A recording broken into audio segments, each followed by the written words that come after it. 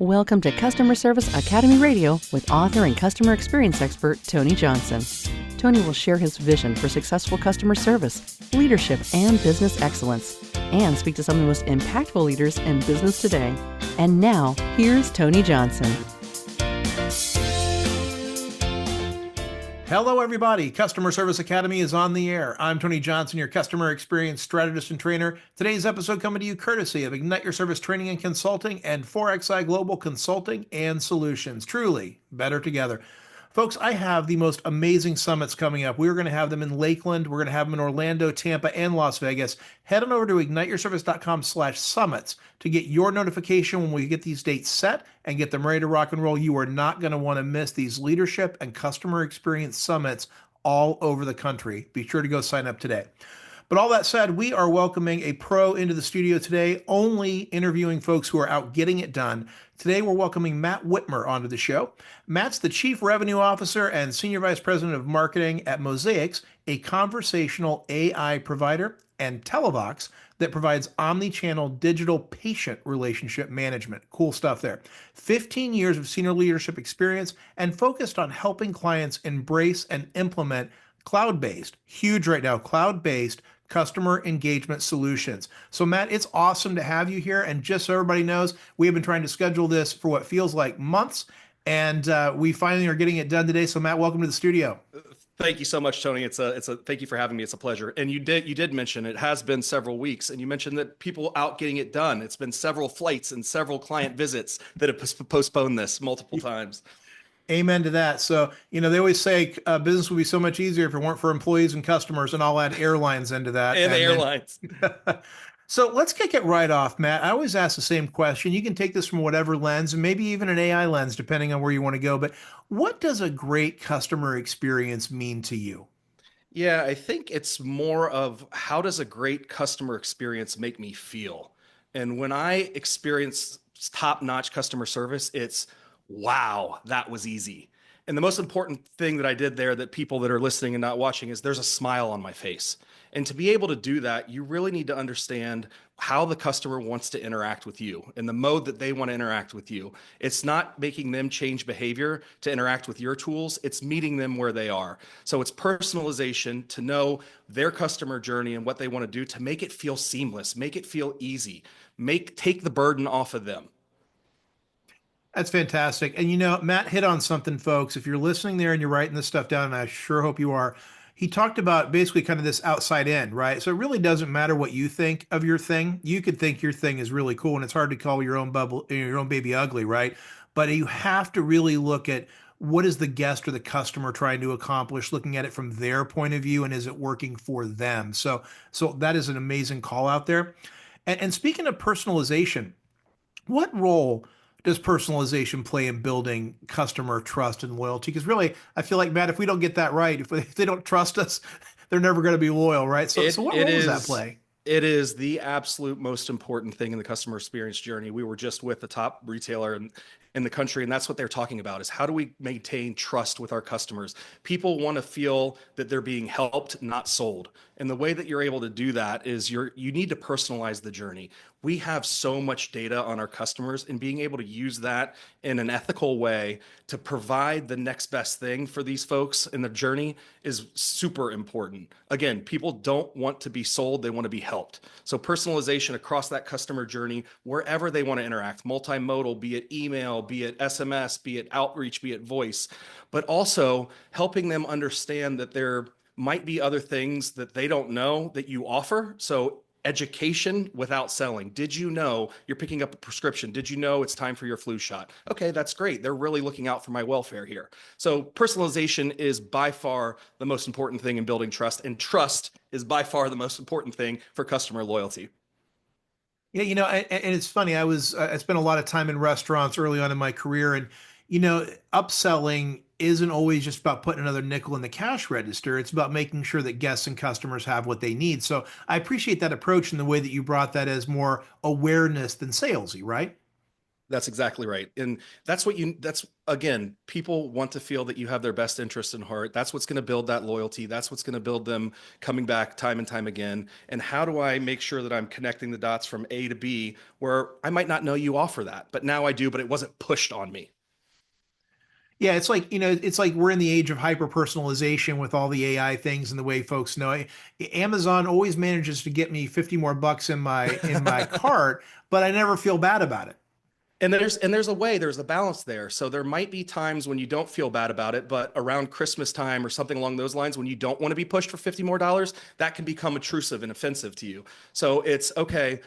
I don't want to be pushed to healthy foods right now because now I'm not on that diet for spring break, but that's not saying I never want that. So being able to see the customer trends and how they've interacted with your brand and making sense of that data from a longevity cycle and using AI to do it, because now we have the tools that can actually make sense of all of this data that we have, is extremely important. Yeah, because that's the real trick now, right? We're almost drowning in data, aren't we? It's when I was working for large companies and I consult with a lot of big companies on CX, one of the biggest things I find, Matt, is that folks say, "Oh gosh, we got all this data, but we're not we're not using it." Like it's a sin for it to end up in a desk drawer. But do you think that's because folks are just drowning in so much data and can't figure out what to do with it all? Yeah, I think there's a couple of reasons for that. I think there is so much data, but I think that companies' systems are extremely siloed. So you have data in every division of these companies, and there's no conduit really to talk to it. And to build that data lake is a very large endeavor.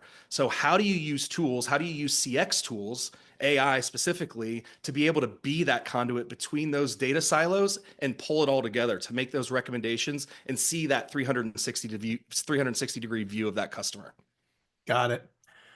So, how can CX technology help businesses understand what customers value most in their interactions? Again, we're coming back to understanding again, which is awesome, but how does that all work together? Yeah, a perfect segue. I think it's a lot of what I was just talking about. A lot of these organizations have data that lies in all of these disparate systems. So how can we pull all of that together? For example, I'll use a grocery store, a major grocery store that has a pharmacy, also has a clinic. So how do you get that data to talk to each other, to make recommendations, to trust, not sell, to help, not sell, but be able to say this personalized journey directly to that customer?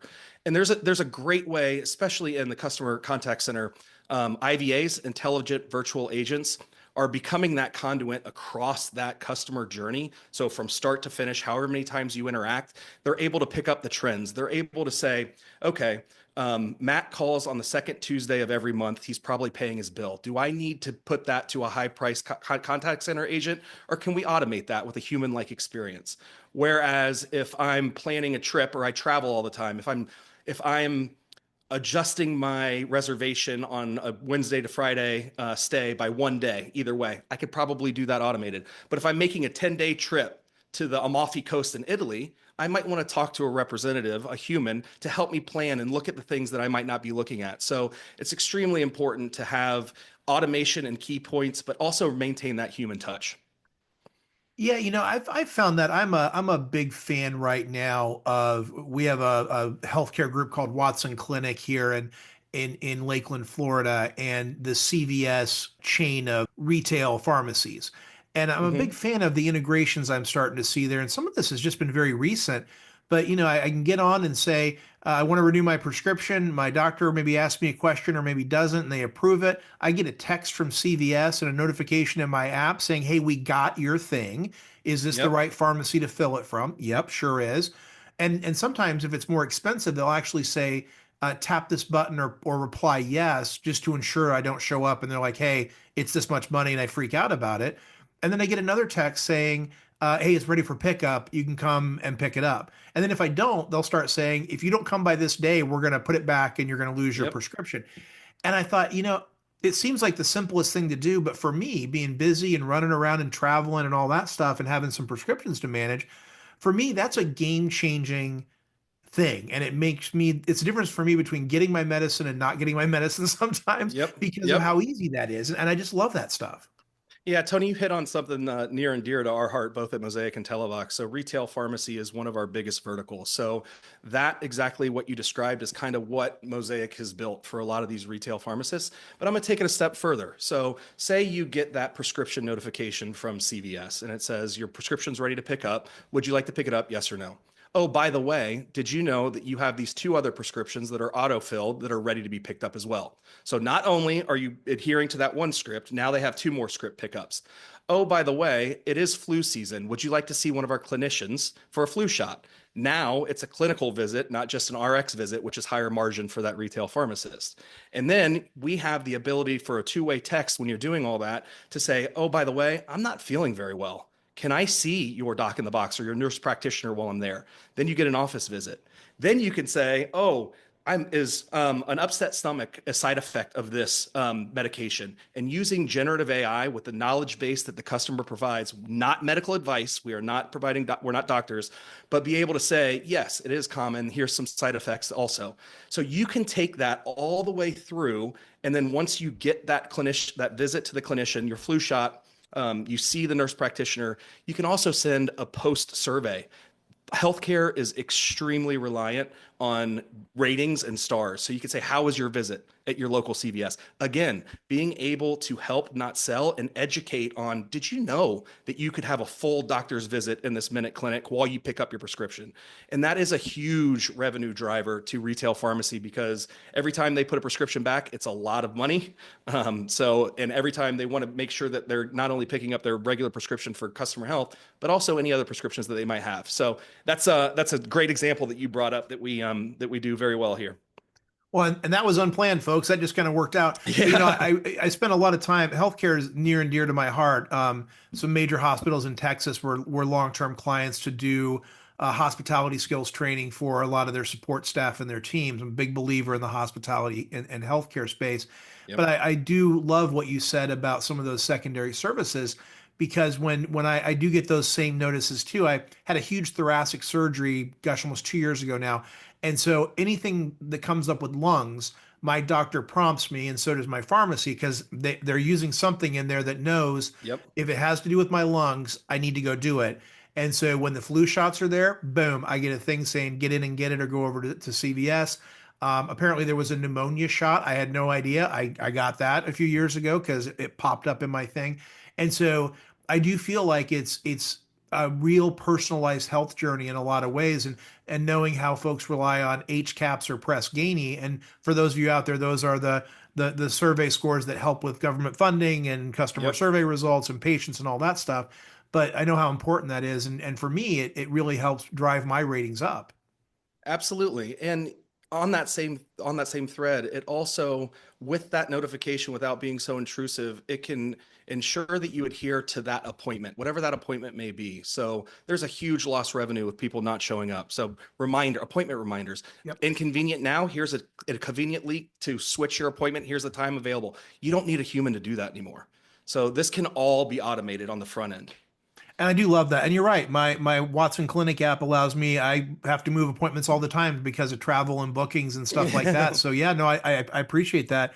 But it's interesting because we've talked a lot about these tech CX strategies. But given the evolution of all of this stuff, right? And the pieces around tech and AI, how can leaders, business leaders and organizations maintain this human touch in their CX tech strategies with all of this evolution that's happening? How does this stuff stay together, Matt? Yeah, this evolution that's happening is intended to supplement, not replace. It's any good customer experience is still going to maintain that human touch. So going back to my example of booking a trip, a business trip versus an anniversary trip, you want to be able to free up your best employees and your high dollar employees to really help customers where it's needed. Complex problems, upsell problems, the mundane, the easy, the routine, that can be automated. changing my PIN, being able to pay my bill, things along those lines. Take that off of your customer service representative shoulders and let them deal with the human problems that are solving either complex problems or helping people.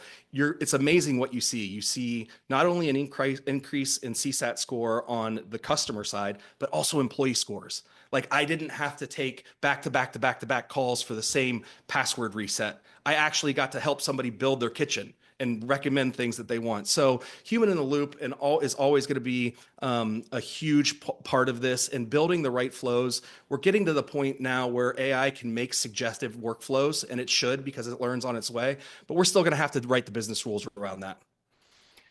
And making sure everything's intelligent enough to know when to get a human back in the loop, right? That's And to do exactly it right. seamlessly. And to do it seamlessly. And once you do, the worst possible experience you can have is once you get a human back in the loop or it's escalated, starting all over again.